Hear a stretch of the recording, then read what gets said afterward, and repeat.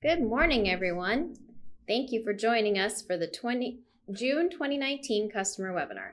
Today, Christine Masters, Director of Product Management, will highlight the most exciting new features from the latest releases of BLOX CMS. I'm Cherry Wolf, Marketing Specialist for TownNews. The presentation will take about 30 minutes and a Q&A will follow. At any point, you can type a question in the chat box, but we'll wait to answer them at the end. Today's webinar is being recorded and will be available early next week. Christine, if you're ready. Thank you very much. Be really careful with the mouse. There you go. All right, so we're super excited to talk about some of these new things that we have coming out that have been released in the last couple of weeks here. We're going to be talking about a new, much anticipated feature where you now have the ability to batch edit more than 25 assets at a time. In fact, a virtually unlimited number of assets. So we'll talk about that in great detail and kind of give you all of the scoop on how to do that and the caveats and the things to be careful of and whatnot. We're also going to talk a little bit about a new block we have available called the Utility Promo Button Block and kind of some of the cool new things that you can do with that block. A couple other things as well that we just want to keep you aware of, such as a new alternative to Google Maps. We have a new mapping capability that's available, and a couple other minor things that we just want to mention to keep you up to date. So I will go ahead and get started here. So the first one, I haven't thought of a better name for this, so we're calling it right now the just super batch processing, but basically it's still the batch editing feature that we have had for a while, but we have now given you the capabilities of doing more than just batch editing what's in the existing panel, the existing 25 assets that you see in the queue, but you now have the ability to do more than that. Essentially, this allows you to modify effectively all assets that you have on your site. So it could be hundreds of thousands or even millions of assets that you would be able to batch edit in one job. These are essentially creates a batch edit after the that happens in the background. It's a background task that happens, and as such, and this is kind of one of the main things that I want to make sure to orient people on is that whenever you're doing one of these really big edits, that there's only one process that happens at the time. So anytime you're doing a really big edit, you are effectively preventing other people from doing other big edits or small edits during that time. So my recommendation would be that, first off, to kind of do, if you know that you need to change a couple of things, do changes in batches of maybe 1,000 or just kind of watch how long it takes for your particular site to make changes. And then if there is some kind of process that you have going where you know that it's going to be editing 10,000 assets, 100,000 assets, that sort of thing, try to do that during off hours so you don't have other employees that might be making changes during that time. So that's kind of the main caveat to watch for in that scenario. But essentially what it looks like is you're able to do some kind of a search. You can search by section, search by keyword, search by author. You can search obviously by date. So if you wanted to do maybe batches in a year at a time in order to kind of consolidate, or in order to kind of split up how you're doing the batch editing into smaller pieces, you can do that. And then essentially you run the batch. You can give it a name and you can see it in the queue, which we're going to talk about in a second. And then after it is done for these really big batch edits that are less than 20 or that are greater than 25 assets, it will actually send you an email after the fact that it's done. Sometimes there will be an issue with being able to change one of the assets, and it will tell you that, for some reason, making a change to this asset has failed. And then if you needed to, you can go investigate that issue. Maybe somebody had it open during the time, or maybe it no longer qualified for that batch edit. Different things like that might happen, and that will actually be listed in the email that is sent to you. It also will tell you the commands that were effectively performed on those assets. So if you changed a keyword or added a new section type, it will list that out in the email. And that email will be sent to the user who initiated the task. So one of the things that we have added to this process, specifically for the batch edits that happen for greater than 25 assets, obviously with great power comes great responsibility. So we wanted to make sure that somebody didn't accidentally perform a batch edit on 10,000 assets instead of just the 3 that they were trying to do a batch edit on. So what we've done is, in the scenario where you have more than 25 assets, it triggers kind of a different sort of process where we're actually going to ask you to confirm the number of assets that you think that you're modifying during this process. So this will basically allow just a double check to make sure that you know, in this case, I've got 1,840 assets that I'm modifying. If you think that you're modifying only 18 assets, then this should be a trigger for you that you might not be doing what you think you're doing, and you should cancel and then go look at what you've selected or the type of job you've requested. So that's, again, a way for us to just double check that you know that you're modifying the number of assets that you're doing to reduce the number of mistakes that could happen. Additionally, it asks for you to enter a job name, and this is just helps you to let other people know. Obviously, other people who have access to the queue will be able to see who initiated the queue or who initiated that task. But this might help you keep track of exactly what you're doing. So if you're fixing a keyword, you can say something like fixing the misspelled Obama keyword. And then that will be a way for people to kind of keep track of that job in the future and allow people to know that it's done, and will allow people to know, effectively, what type of job it was and who was doing it. So here's what the queue looks like. And again, this is available underneath the batch edit menu, where batch edit used to be is now a little drop down. And I'll go over this at the end of the webinar and just show you what this looks like and where all these things are, just again to make sure that you're oriented with this new feature. So effectively, this is what the queue will now look like. And you can see that it has the date that the actual task was started. This is the name that is entered when you're entering the name on the task creation panel. If there is a small task that is created just for a couple of assets, it doesn't ask you the name or anything like that, so you don't have to enter that for really small batches. And in that case, it just says editorial batch by default. So if you have a situation where you have a lot of small batches being done, but you're not doing any of these really big super batch processing tasks, your whole thing just might say editorial batch, editorial batch, editorial batch, which is fine. And then this shows you who is the one who initiated it, what's the status of it, whether it's been completed, if it has failed, or if there's something else that's happening with it, or in this case, if it's still running. Another status can be pending. So if I've done 3 batch edits in a row, one of them might be running or completed, and then the other ones are pending, and then there's only one running per time. Over here, you can see application, and then the number of assets that were updated at the current point in time by these particular jobs.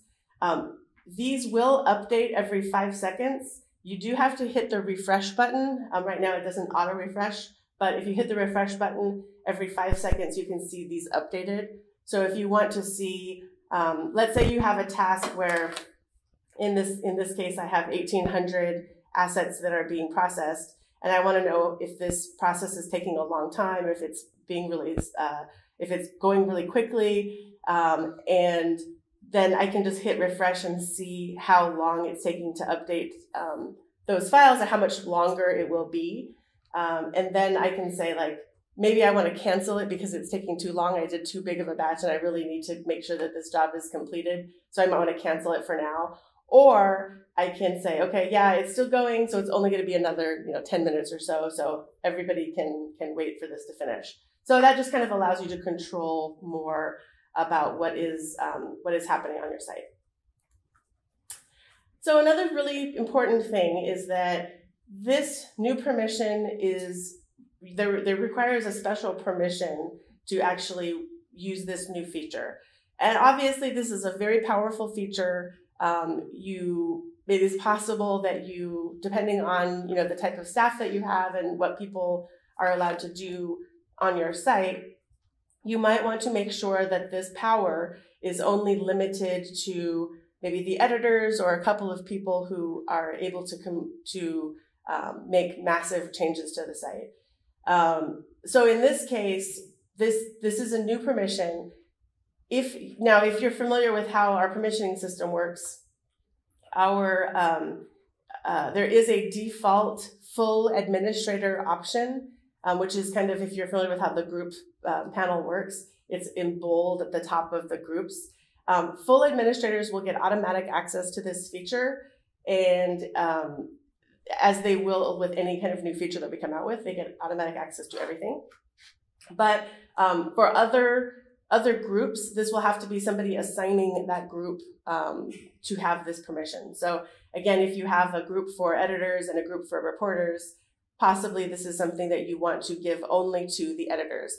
The people who had the small batch edit capabilities in the past to do tasks on assets of less than 25, they will still have those capabilities.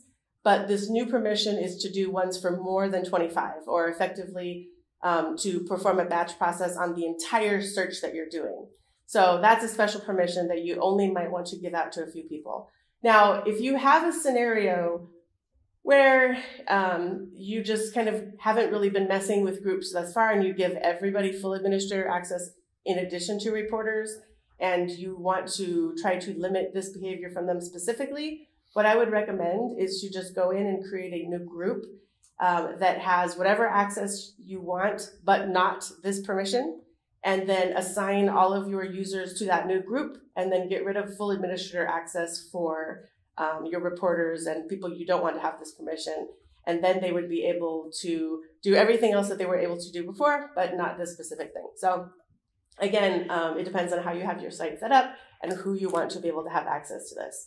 But again, this is just for the being able to batch edit the entire search or more than 25 assets at a time. The people who could do batch edits, small batch edits before, can still do that if they don't have this permission. So it just depends on how you want to have things set up.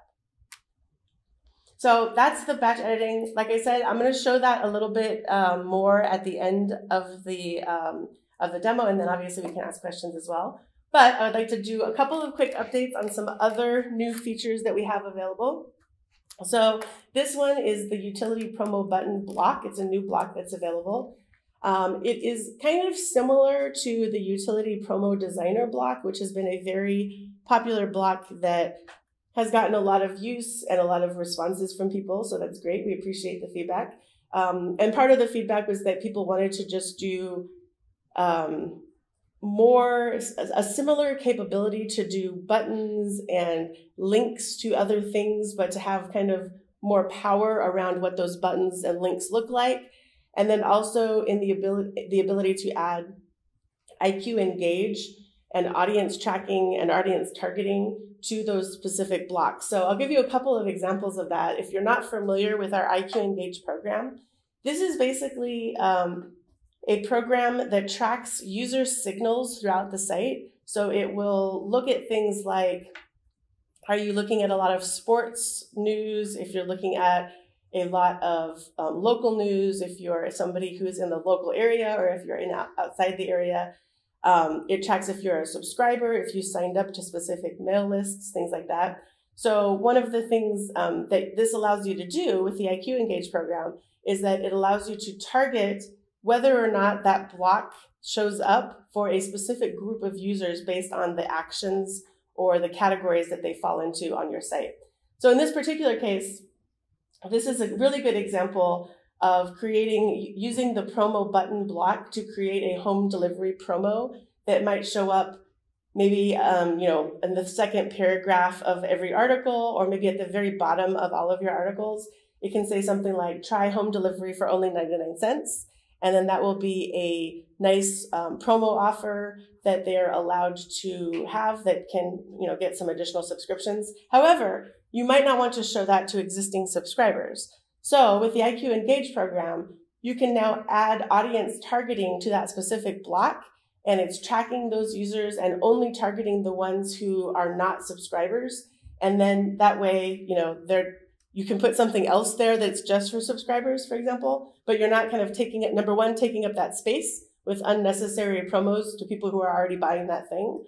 And you're not letting them know about possibly a discounted offer that you might not want to advertise that is happening to the people that are already paying for full price or a different price. So that's a really great feature. Similarly, if you have sign up for our sports mail list to receive updated sports scores every week, again, you can target people who are already on that list and then not bug them by having additional prompts to sign up for things. So it's a really nice way to tone down all of the offers and requests that are happening throughout the site to only limit those to the people who are really relevant or who are likely to sign up for those things. And this block allows you to do a bunch of different types of styles and look and feels so that you can use that for targeting. It also has a UTM tracking feature. So when somebody does click on it and then they go to a sign up page or they go to a newsletter page or your About Us page or whatever you happen to be linking to, it uses Google UTM tracking in order to follow who's clicking on it, the type of person that's clicking on it, and effectively the conversion success funnel that they're going down to see whether or not you've actually converted that link into a paid subscriber or into somebody who's signing up for a mail list. So it's very, very useful. So a couple of examples of that. It's a little bit hard to see here, but you can see that I have in this case, it's going full width across the top of my site. And this is using the promo button. And again, it's just basically saying there's a couple of icon choices that you have in the button itself. And then you can change the color, and then you can change the width of it. And then obviously you can change the text and then where it links to. So all of those things are customizable options that exist within that particular block itself. In this case, I have a really small button that is just trying to promote that somebody is downloading my native app, for example. And I have a little smartphone icon here. And then obviously that clicks and it can go to our iTunes page, that sort of thing.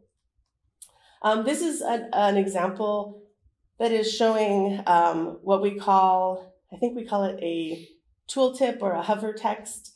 And essentially what happens is that when you're when you come to the site the first time, this little tooltip or hover tip can pop up and let people kind of draw attention to that specific item. And then you can set the number of times you want that little call out to pop up. And it can be, once per hour or every single time, or maybe, if you want to set it to be every 72 hours, something like that. So they're only seeing it every couple of days. And then that way on any subsequent pages, they're not necessarily seeing that same call out pop up every single time. We actually have a couple of different blocks now that will do this same kind of hover behavior. Obviously, I would recommend try to coordinate that with other blocks of the page. Only do, one at a time. So it's, again, with great power. And then this last one is kind of just an example of just showing an icon and not showing any actual text in that. You can create different kind of navigation buttons, again, which can have the hover text on them that can go to different places. Bless you. A couple of additional things to mention. In the release that went out, I believe 2 days ago, we have changed how robots.txt is managed in blocks. If you are not familiar, robots.txt is a file that goes into the root directory on your website, and it is supposed to instruct robots on how robots being, search engines and user agents and spiders that are gathering information about different sites. They can look at that robots.txt file and see the pages that you want them not to be looking at, or the pages that you want to, to be blocked or to be open to the public, that sort of thing. Robots.txt has changed a lot in the last several years, and the fact is, in BLOX, we previously had a relatively restrictive philosophy about robots.txt. We basically said that all robots were blocked except for a couple of friendly bots that we knew of and were friends with. And the fact is that the evil bots, or the ones that are mean that you want to block, don't listen to this file anyway. So it's kind of changed in recent years as to the kind of the usefulness of this block and what you should do with it. So, or the usefulness of this text file, what you should do with it. So what we've done is we've changed the philosophy on this a little bit, and we've basically opened it to all bots. So if Facebook has a bot, Twitter has a bot, Google has a bot, Slurp, Yahoo, there's a lot of different types of bots that are out there. Previously, we had essentially doors open to all of those bots based on their usernames. We are just opening that up to all bots at this point. Again, the ones that we don't want on the site don't listen to this file anyway. So this is just a way to let the friendly robots know what's going on in the site and the types of places that you want them to look at. So because of that, we have now gotten rid of that panel that previously allowed you to specify specific user agents and what sections they go to. That panel is now gone.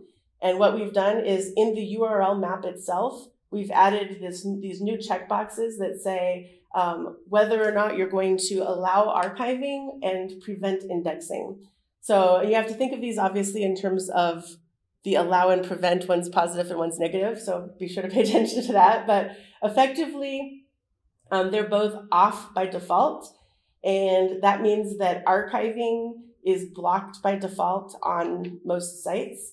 The reason why we do that is that archiving allows Google to cache the site in an open state, meaning that it's not behind a paywall or anything like that. So if you have a metering site or any kind of subscription site, allowing Google to archive the site means that it's available in an unpaywalled site from the Google front page. And there's usually a link next to it that says view cached version. That's what this allows Google to do. So we have turned this off by default just to protect content from being cached and archived and available for free in the future. If you want to turn this on, you can do that. You just go in there and check the box on your root directory or any directories where you would like this to be allowed. And it will allow Google to, or will give the instruction to Google to go ahead and allow caching of this content. And also prevent indexing. And this is just basically whether or not this is going to be in the search engine in general. So if you want, again, by default, all of the URLs are open, except for ones that we might in the software prevent. But this allows you, if there's a test page that you have, or if there's a specific section for something that you don't want to be available freely on search engines, this is something that you can go in there onto that specific URL and just say prevent indexing. And then that's going to give instructions to robots that you don't want this page to show up in search engines. Again, for evil bots, they don't pay attention to those rules, and those things might still be available to the public. But for the ones who follow the rules, you're giving them that command that this is blocked by robots for the purposes of search engines. So again, the way that you're familiar with how URL maps work, this should work in the same way, in the sense that the configuration inherits down the URL map. So if you set something at the root level, that will inherit down for all of the URLs underneath that root URL map. And if you switch the setting at some point down the inheritance, then it will switch to that specific URL. So if you want to make sure that your site allows archiving, but and also allows indexing, you can check that button on your root URL map. Make sure to not check the button for prevent indexing, and then that will apply to your entire URL map. Another thing that we've done already is that we've gone through and converted old rules into the new rules as per this software. So we've gotten rid of a lot of the, we don't really need the rules that allow certain robots to be granted permission, which was the main thing that people used this for previously, since this is now open. But it would be a really good idea for you to go look at your robots.txt file. In order to see that, you just go to yourdomain.com/robots.txt, and that allows you to see your default rules. And then you can kind of just make sure that it's basically open for all user agents and all bots, and that there's nothing blocked that you don't want to be blocked. You will see some things in there for like /TNCMS or other things like that. Those are the software blocks that we have in place for our own kind of folder structure, but you can kind of see if there's anything in there that you disagree with and then kind of fix those issues. I will admit that robots.txt files are kind of hard to read. So if you have any questions about that, feel free to contact our customer support and we can help you. There's also a couple of sites on the internet where you can plug in your TXT file and it will give you kind of a clearer, English overview of what is blocked on your site. So that's another thing to check out as well. So again, let us know if you have any questions on that, and I would recommend to go in there and check it out and make sure that you agree that everything is translated properly and that there's nothing else that you want to change in terms of your management of those files. Another thing to talk about real quickly here is we had a lot of requests from customers to come up with an alternative to Google Maps. Google Maps has recently asked for its users to enter a credit card, even though they give a relatively generous amount of free map usages per month, basically $200, I think, in credits. But it did require you to enter a credit card number. And, a lot of people kind of felt uncomfortable with having that in there. If you had flash traffic or something that you couldn't anticipate, there's some worry that, your credit card might end up getting charged or something like that. We had very few people that actually had to pay for anything, but it's still, kind of a concern. So we did a lot of research and a whole bunch of testing, and we found what we feel is a good alternative to Google Maps. It's called Here, or Here Technologies to be a little bit easier to talk about. It has an API limit of 250,000 transactions per month, which is a very generous and high amount that should cover most sites. You do have to get an API key for Here. There are instructions and documentation on our help site at help.blockcms.com. If you search for probably Here Maps or Here Technologies, that will help you find it on our help site. Obviously, just searching for Here is kind of hard to find, but yeah, and that gives you instructions and a link on where you can sign up for an API key. There's now a panel in the URL map where you can enter the API key for Here Technologies, and that will allow you to switch over to use those maps. If you have an API key entered for both Google Maps and Here Maps, the Here one will override the Google API key, so we're going to use that in preference to Google Maps just because of the fact that Google was there first, and we're assuming that since you're typing that in, you're probably trying to use the Here Maps instead. This does inherit down in the URL map, so you just have to enter it once on your main URL map.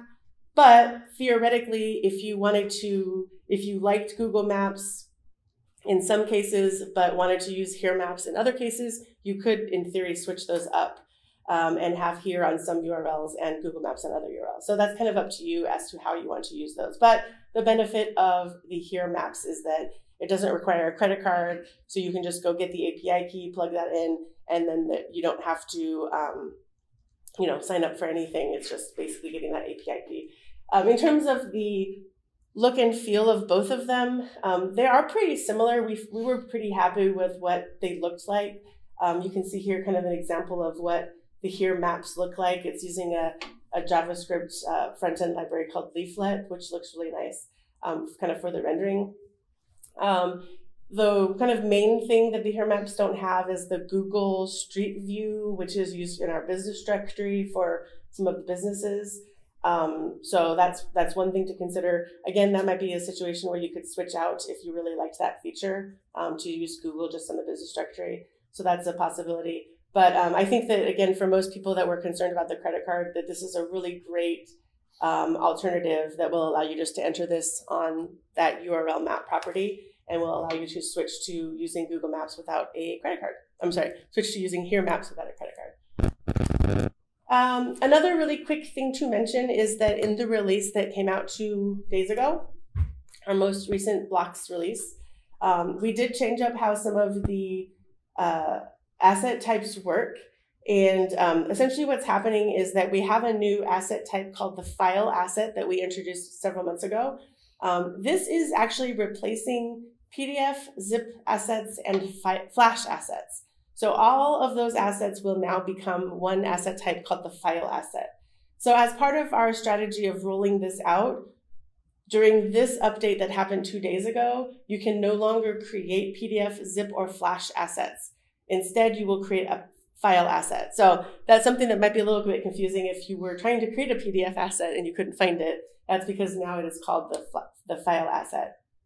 It works very similar to how the a PDF or zip or flash asset worked before. Essentially, you just upload the PDF and then we store the metadata for the type of binary file that you uploaded to that asset. And then it effectively has what's called a subtype to that particular asset that lets the system know that this is a PDF asset or a zip asset or a flash asset kind of internally. And we can still do query rules or other functions on that particular asset as if it were a PDF asset. So if you upload a file asset and you upload a PDF to it, we store that it is a PDF and we treat it effectively the same way that we would have treated PDFs before. So you can still make a block out of only PDF assets. You can still make, in terms of how they are shown on a story page and whatnot, those things all still happen with the file asset itself. It's just a lot easier to manage when you have just the one asset type file asset, and it allows us to kind of reduce the clutter in that drop-down menu where you have all the different types of assets to create. Similarly, the YouTube asset is now part of the video asset. This has been, again, just like the file asset, this has been happening for a while. Whenever we create YouTube channel assets from the syndication channel, this has been happening for several months, they will now create video assets.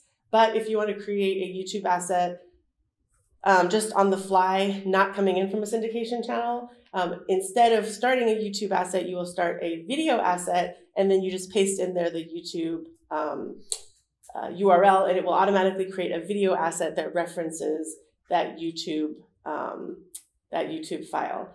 So just as I mentioned with the file asset, the video asset as well as the file asset has something called a subtype capability, which means that we store internally to the asset the type of thing that you're doing with it, whether it's a PDF or a YouTube video or an M3U8 video or whatever.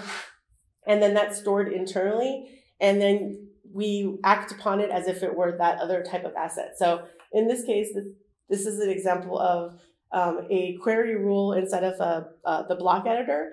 And this allows you to create a YouTube asset by clicking on the video type and then just putting in a subtype of YouTube. And when you do that, it will only pull in video assets that have a subtype of YouTube. So exactly the same thing as if it were a YouTube video itself. Again, you're not losing any functionality here. It's just a little bit of a clearer way to handle these other types of assets.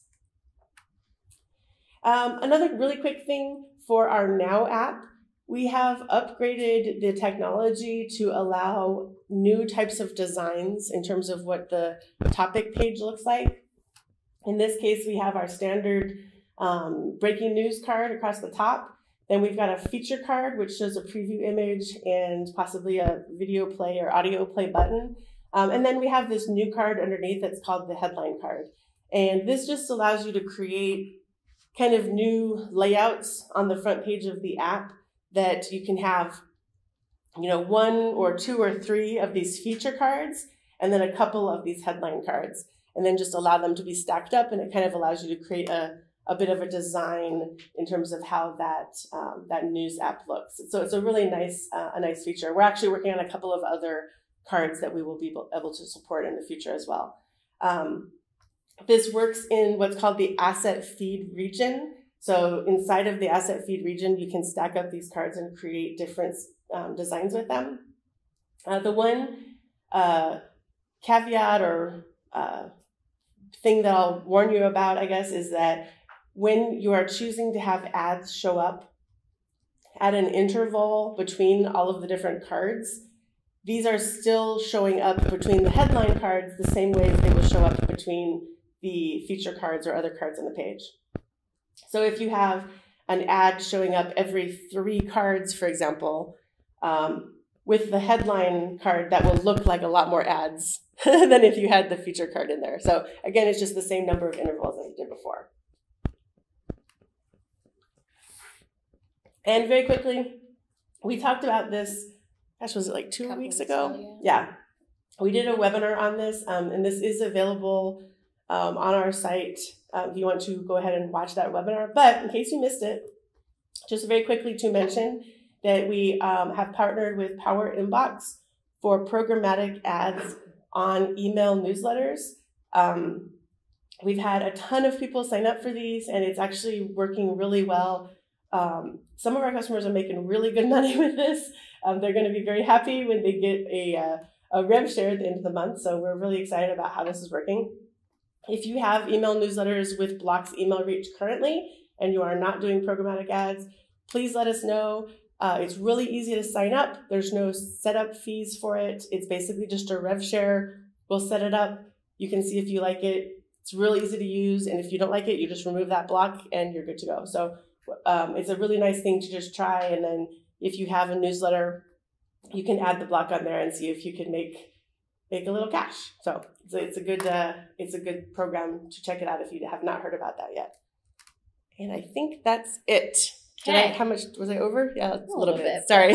Lots a lot of stuff to talk about. Okay. Yes. So. And there's quite a few questions. Great. Again, go ahead and enter your questions into the chat box.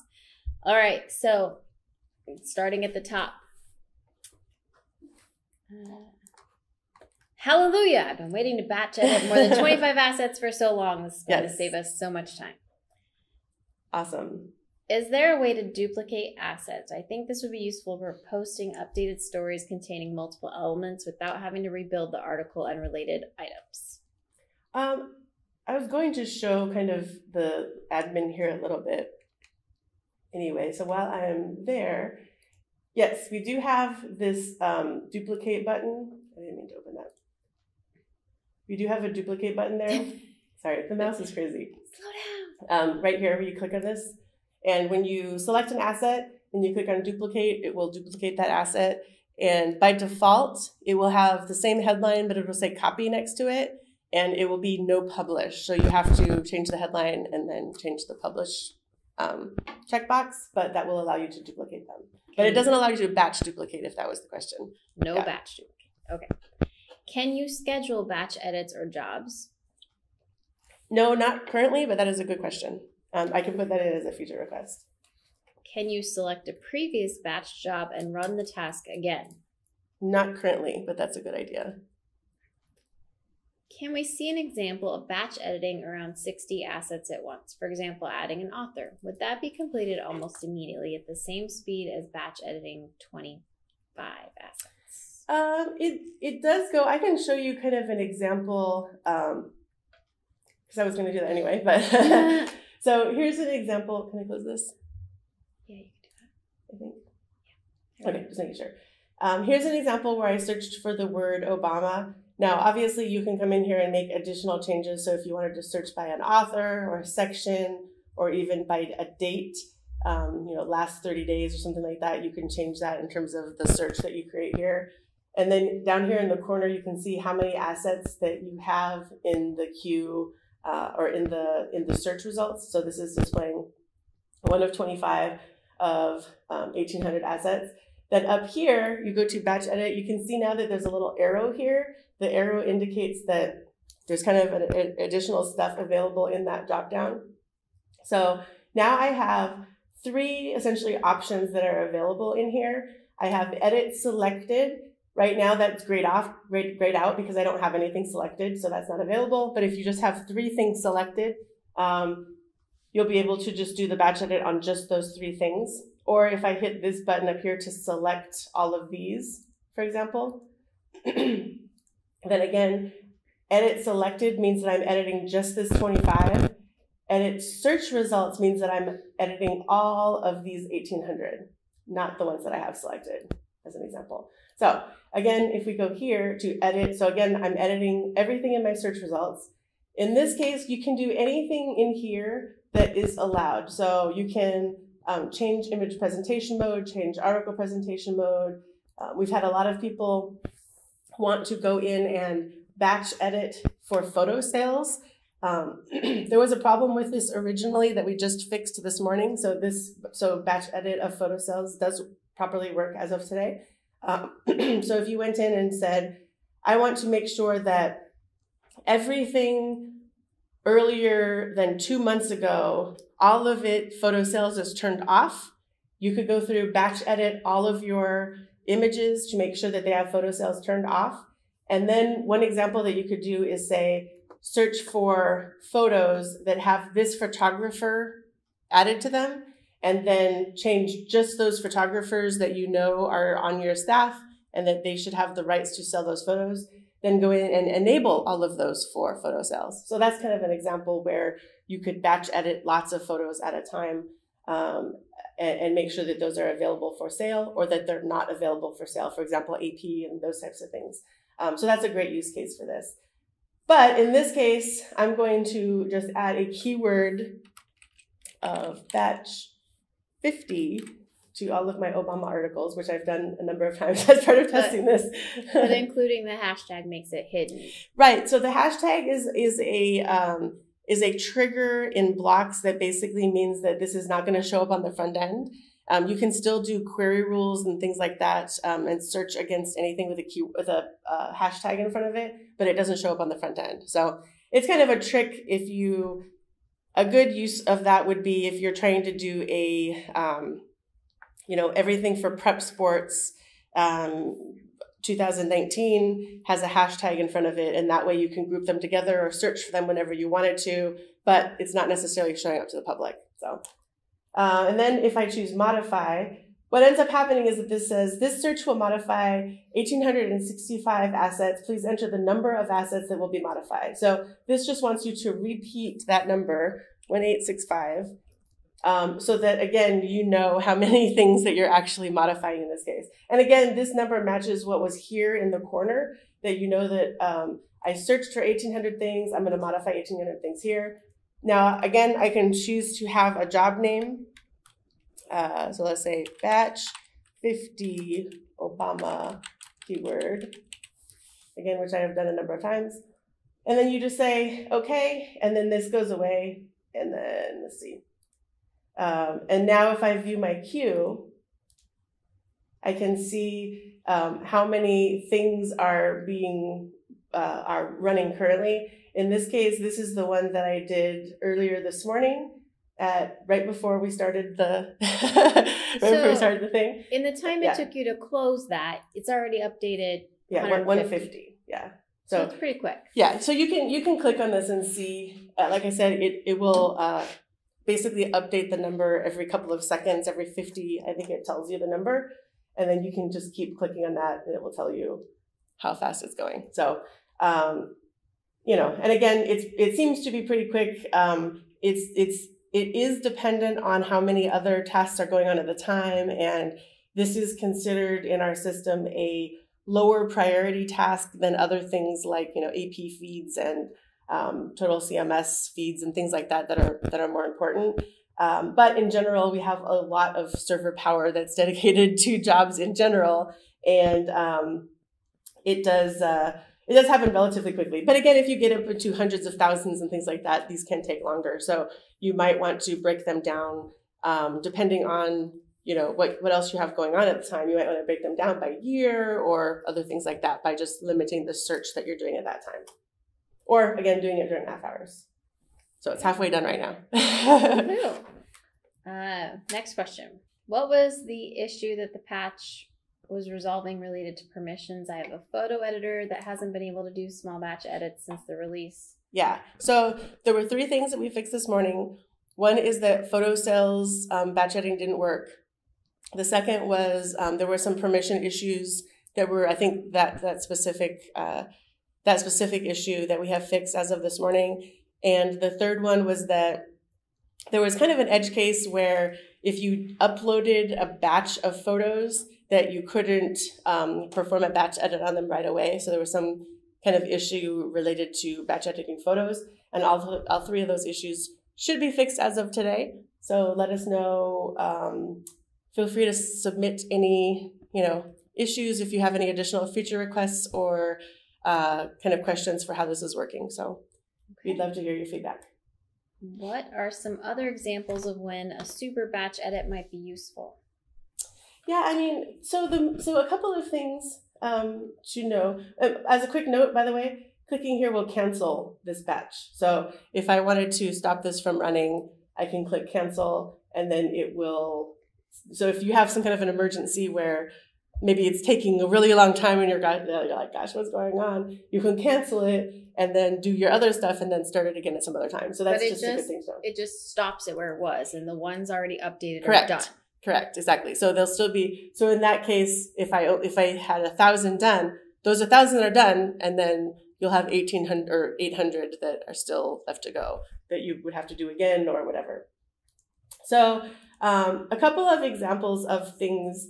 One thing that we've been asked about in the past is essentially where is the keywords?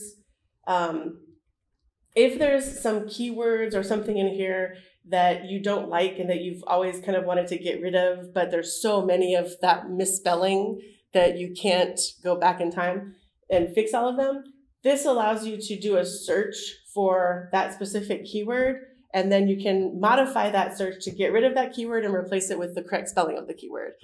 So that's kind of an example where, again, for anything that you can search for, you can either get rid of that thing or you can add a new thing or change the section, change the keyword, etc. Photo sales is another good example of that. Adding authors, you can search for a specific byline and then add a specific author asset to those.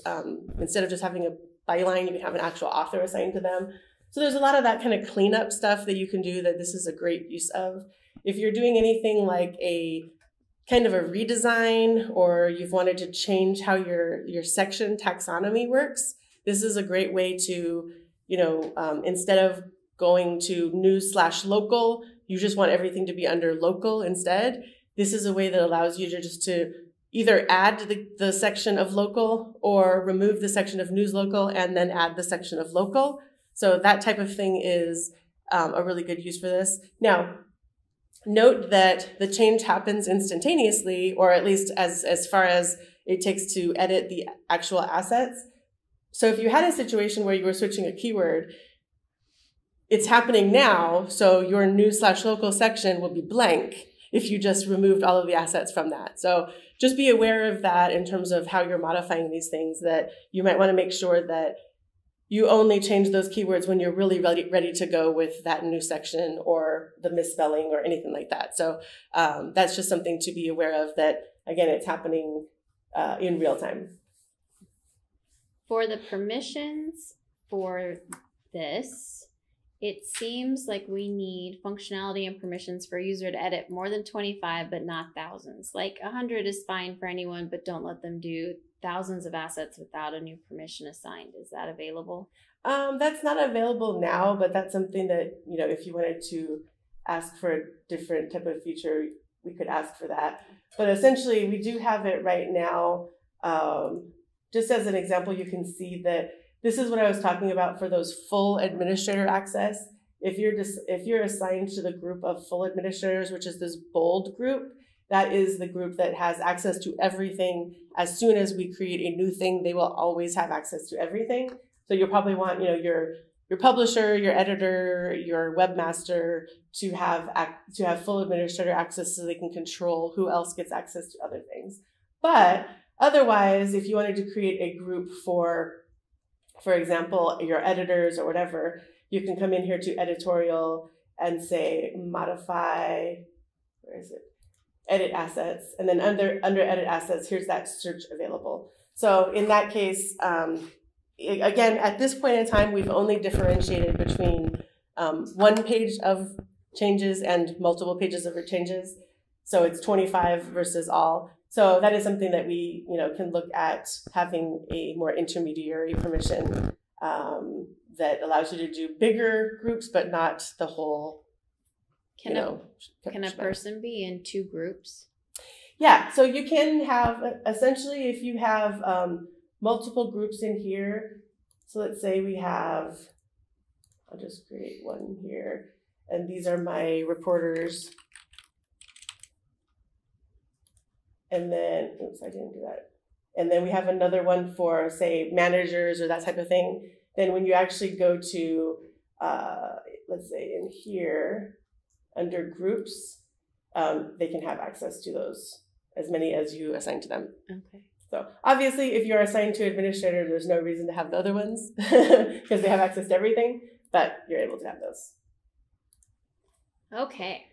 Switching to questions about the utility promo designer button. Mm-hmm.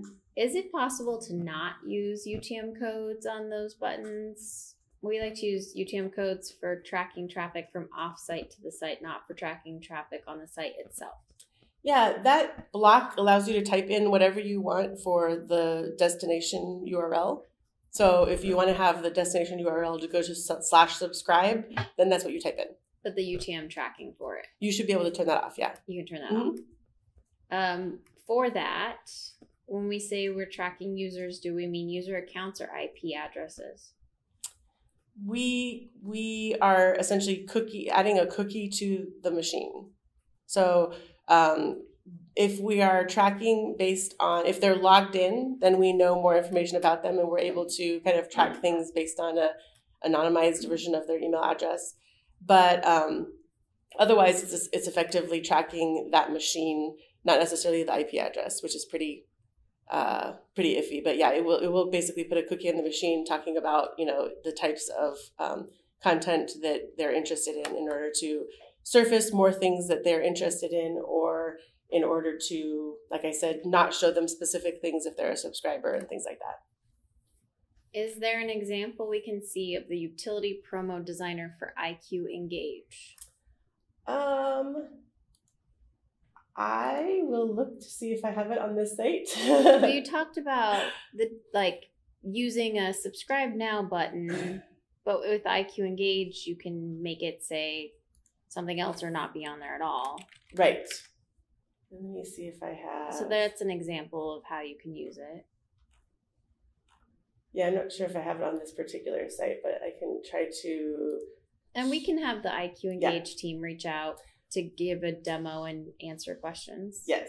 Yeah, if you guys haven't heard of the IQ Engage program before, it is amazing. It really allows you to do some great stuff. Again, just if you have subscription on your site in general, this allows you to change what the user journey is through your site if you have subscription.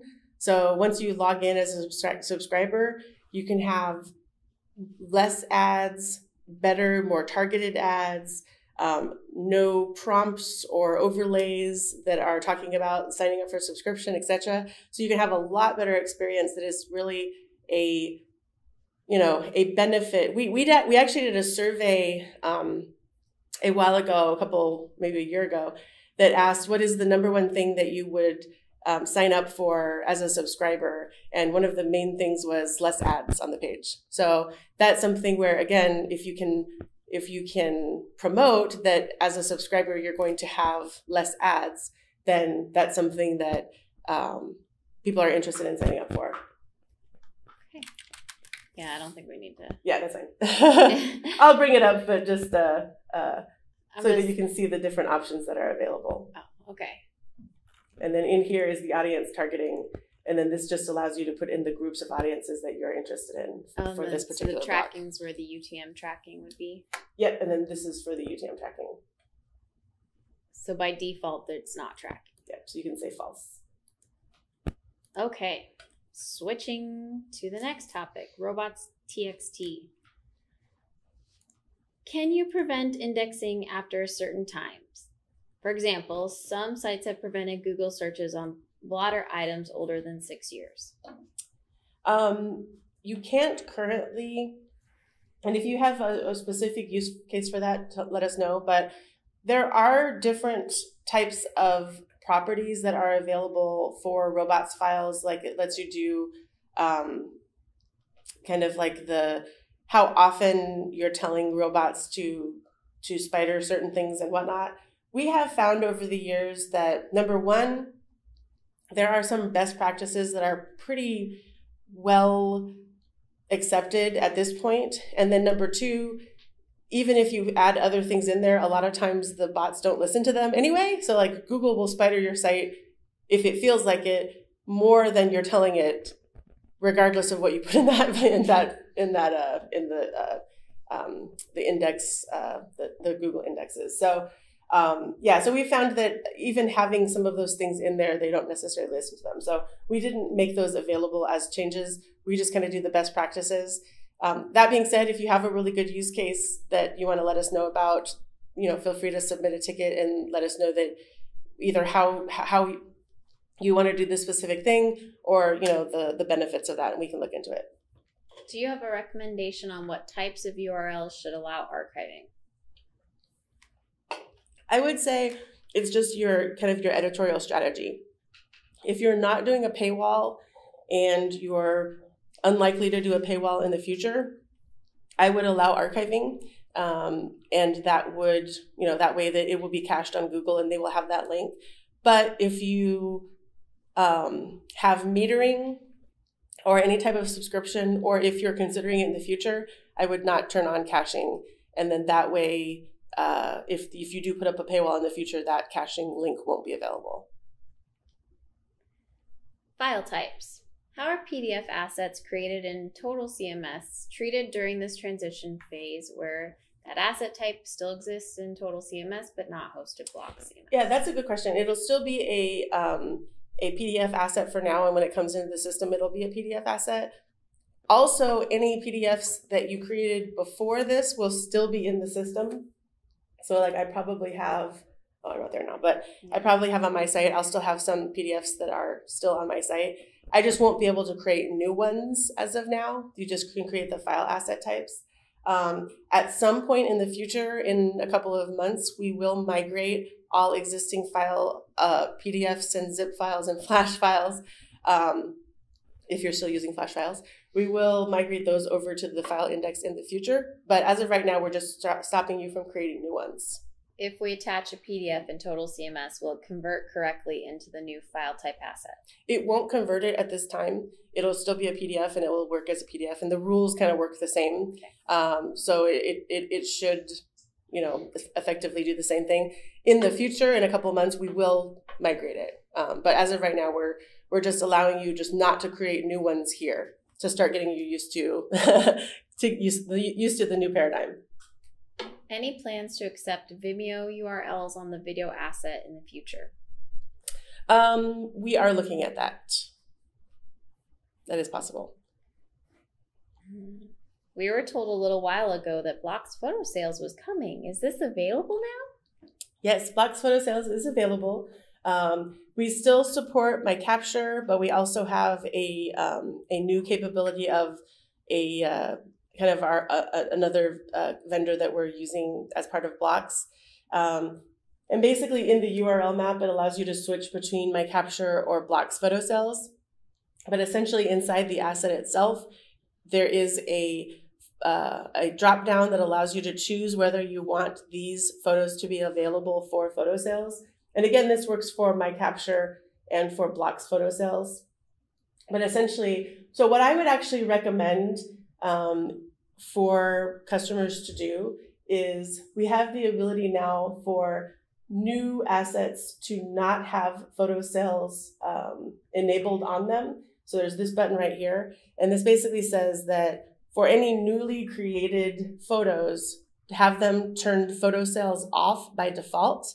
And then for the photos that you want to turn on a day-to-day basis, you can go in and choose that type and say photos, and then just do a batch edit of those types of photos on that day, and then turn on the ones that you want, the ones that are local photos for your site.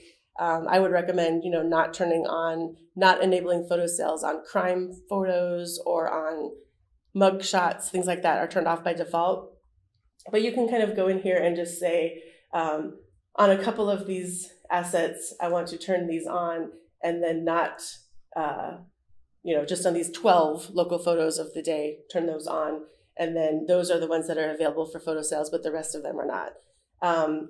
We are still kind of tweaking how the interface and some other things works with this program, so we're still continuing to work on that. But I will say that probably in the next couple months here, we're going to do maybe a webinar or some additional information talking about really great ways to do photo sales on your site. We have a couple sites that are just really killing it right now, that are going to, graduations and things like that. And they just take a picture of hundreds of photos of every kid that's graduating, and they're getting really good sales out of those things.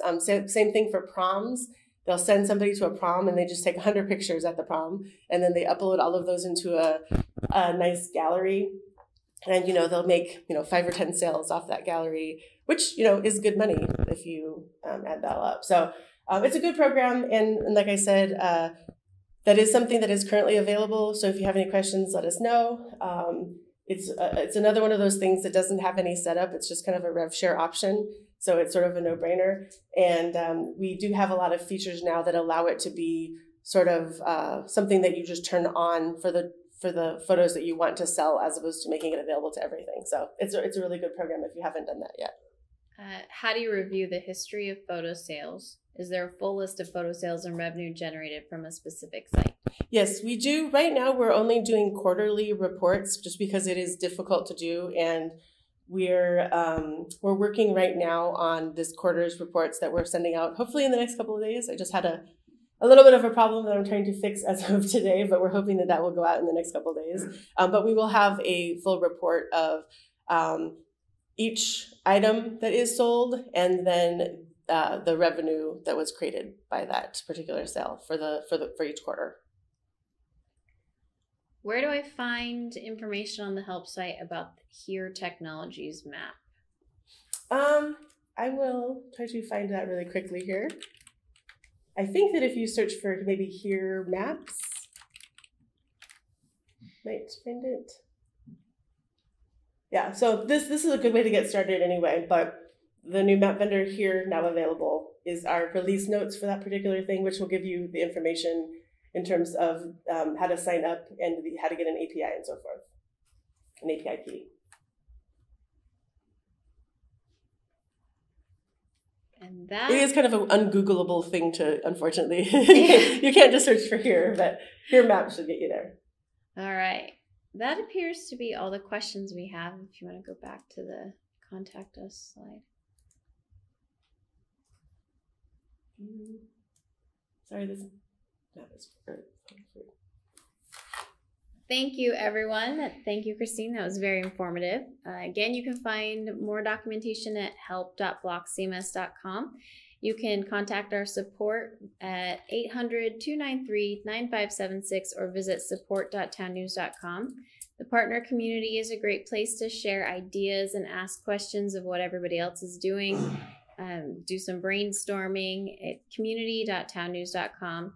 You can check the status of our servers at townnews.status.io.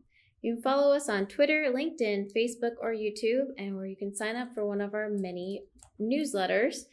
This is being recorded, and we'll send out a link to the recording to our webinar announcements list, which if you signed up today, you are now on that list. Thank you. Have a great day.